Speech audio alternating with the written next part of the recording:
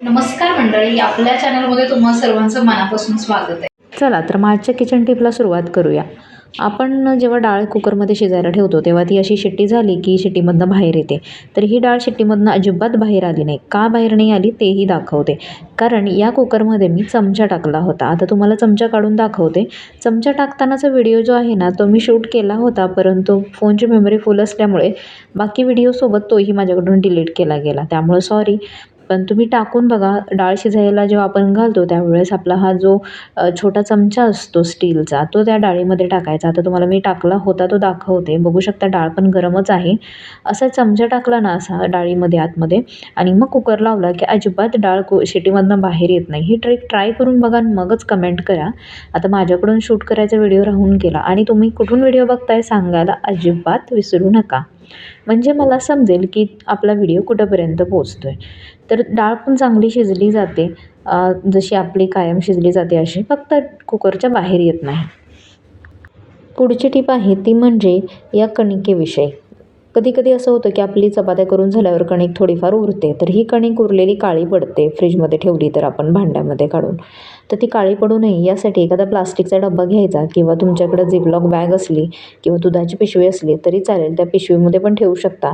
माझ्याकडे हा डब्बा आहे, मी या डब्यामध्ये ठेवत आहे. थोडंसं तेल लावायचं किंचितसं वरून कणकेला आणि झाकण घट्ट लावायचं आणि फ्रीजमध्ये ठेवायचं. खरं तर फ्रीजमध्ये पीठ ठेवून परत ते खाणं योग्य नाही, पण कधीतरी पीठ उरलं तर टाकून देण्यापेक्षा कधीतरी आपण खाऊ शकतो. तर असं छानपैकी पॅक करायचं आणि मग फ्रीजमध्ये ठेवायचं. लवकरात लवकर वापरायचं. पण हे पीठ अजिबात काळं पडत नाही. ही ट्रिक ट्राय करून नक्की बघा. मला नक्की सांगा. आजचा व्हिडिओ खास बॅचलर्ससाठी आहे. तर आपला जर का डब्बा सकाळी बनवलं तर संध्याकाळी जेवण बनवायचा फार कंटाळा येतो, खास करून पुरुष मंडळींना. किंवा जर डब्यात उरलेल्या चपात्या परत आलेल्या असतील तर त्या चपात्या पुन्हा गरम केल्या तर कडक होतात, अशा भरपूर लोकांनी कमेंट केल्यात मला. तर मग त्याचा एक छोटासा प्रॉब्लेम मी तुम्ही सॉल्व्ह करून टाकते. आपल्या कडक झालेल्या चपात्या पण मऊ करता येतात. कशा? चला दाखवते. या अशा चपात्या उरल्या की त्या फारच कडक होतात आणि डायरेक्ट तेल लावून जर का तव्यावरती भाजायच्या म्हटलं, पुन्हा गरम करायचे म्हटलं तर त्या फारच कडक होतात. आता तुम्ही म्हणाले डब्यात तुकडा का चपातीचा ठेवला, तर ती मला ती सवय आहे. आई म्हणायची ठेवावं म्हणून ठेवते. तर असं ह्या बघा माझा सकाळचा डब्बा कॅन्सल झाला, त्यामुळे चपात्या उरलेल्या आहेत, थोड्याशा कडक झालेल्या आहेत. तर त्यासाठी तवा गरम करायचा आणि तुम्ही म्हणाला तर तवा काळा काय, तर मला काळाच करायचा आहे. तर हे अशा चपात्या 2-3 एकत्र ठेवायच्या तव्यावरती गरम करायला. चपात्या 2-3 चपात्या एकत्र ठेवू शकता तुम्ही. हे बघा या पद्धतीने. आणि गॅस जो आहे तो मी मीडियम ठेवला आहे.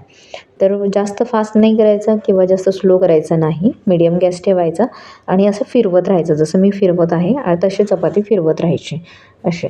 आणि नंतर या चपात्या जी खालच्या बाजूची जी चपाती आहे ती वरती घ्यायची किंवा मधली चपाती खालच्या बाजूला घालायची. अशा उलट्या पलट्या करायच्या, जशी मी दाखवते ना या पद्धतीने. तुम्ही बघू शकता या पद्धतीने. तर अशाने काय होतं की आपल्या चपात्या अजिबात कडक होत नाहीत. आता मधली चपाती एकदम मऊ झाली, हे बघू शकता. मधली चपाती किती मऊ झाली. आणि ही ट्रिक तुम्ही म्हणाल काहीतरी ताज्याच चपात्याची दाखवते, तर तुम्ही ही ट्राय करा आणि मगच कमेंट करा. आता बघा मी चपात्यांची जागा पुन्हा बदलली. जी तव्यामध्ये चपाती होती ती वरच्या बाजूला घेतली आणि पुन्हा असं फिरवून घेणार आहे.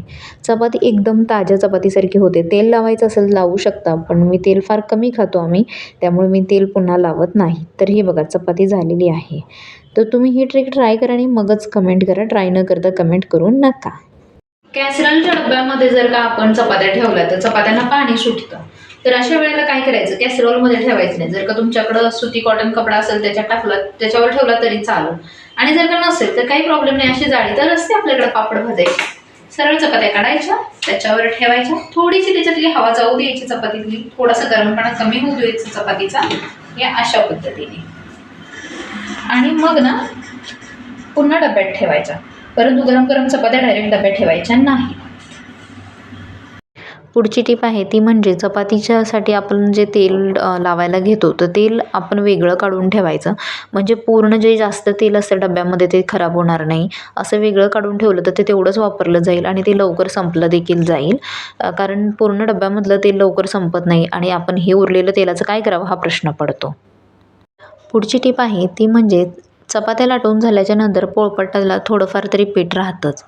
कितीही आपण पोळपाट धुतला तरी थोडंफार पीठ राहतंच.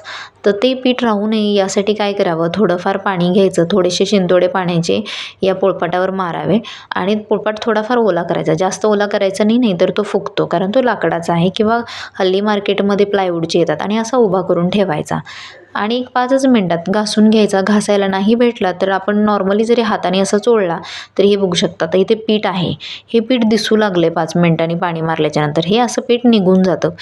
खूपच हलक्या हाताने केलं तरी देखील हे साफ होऊन जातो पोळपाट. तर ही ट्रिक देखील आपण ट्राय करून बघू शकता. आणि ही ट्रिक आवडली तर नक्की चॅनलला सबस्क्राईब करा, व्हिडिओला लाईक करायला अजिबात विसरू नका. हे बघा, पोळपाट स्वच्छ झाला. मार्केटमधून गाजर आणल्याच्यानंतर कधी आपल्याकडं सालं काढायचं टूल नसतं आणि आपले हात देखील दुखतात जास्त जर का आपल्याला गाजरचे साल काढायचे असतील तर ह्या सालं काढायच्या टूलने. तर हे टूल आपल्याला नको असेल वापरायला किंवा आपल्याकडे अवेलेबल नसेल तर साधी सोपी टीप आहे, ती म्हणजे या नाईफची, सुरीची. तर या पद्धतीने तुम्ही सालं काढू शकता. फारच जलद गतीनं होऊन जातात सालं काढून. हे बघा, गाजराचा हलवा करणार असाल तर ही फारच छान टिप आहे आणि तुम्ही ट्राय करून बघू शकता. हे बघा किती फास्ट निघून जात आहेत सालं. आणि खरं तर सालं काढायची गरज यासाठी असते कारण गाजराला जे मुळ्या असतात ते छोट्या छोट्या त्या असतात आणि त्या हलवा बनवताना मध्ये येतात. दाताखाली कुणाकुणाला आवडत नाहीत, तर त्यांच्यासाठी ही टिप खूपच छान आहे.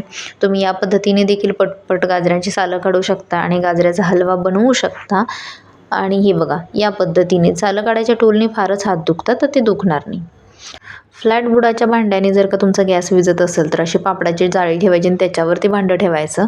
आपला गॅस अजिबात विझत नाही आणि गॅस व्यवस्थित चालतो.